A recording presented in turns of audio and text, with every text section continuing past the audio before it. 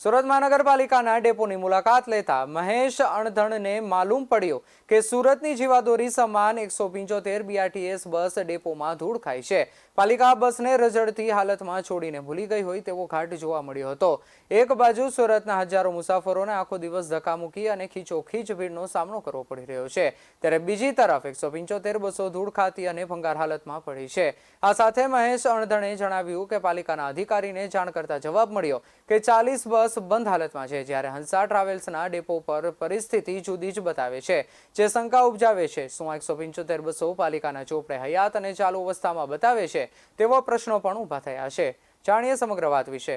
અત્યારે કોસાડ આવાસ ખાતે જે પરિસ્થિતિ છે, જે હંસા ટ્રાવેલ્સ કરીને કોઈ એજન્સી છે, માર્કો પોલોની તમામ બસો છે, આ ડેપો પર 175 કરતાં પણ વધારે બસો એકદમ જર્જરિત ખંડેર હાલતની અંદર કહી શકાય કે એ બધી બસો પડી છે।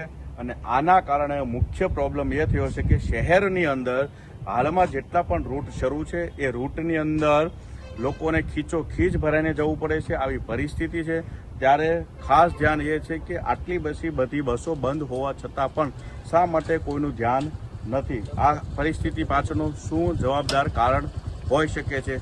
કેમ તંત્રને આ બાબતે કોઈ ધ્યાન દોરાતું નથી? તાત્કાલિક ધોરણે આ તમામ બસોને શરૂ કરવામાં આવે અને જે પણ કોઈ આની અંદર અધિકારી જો કોઈ એનું ધ્યાન બંધ હોય, આ અધિકારી દ્વારા એવું કહેવામાં આવ્યું છે કે 40 બસો હાલમાં બંધ છે, પરંતુ 175 બસ અત્યારે અહીંયા આ કન્ડિશનની અંદર હાલતમાં હોય તો આની પાછળ જવાબદાર કોણ છે અને શા માટે થઈને આ બંધ હોવાને કારણે જે પાલિકાને નુકસાન થાય છે તેમ છતાં પણ કેમ સહન કરી રહી છે? કમિશનરશ્રી તાત્કાલિક ધોરણે આ બાબતે તપાસ કરે એવી આશા સાથે BS19 સાથે પરેશ રાઠોડ, સુરત।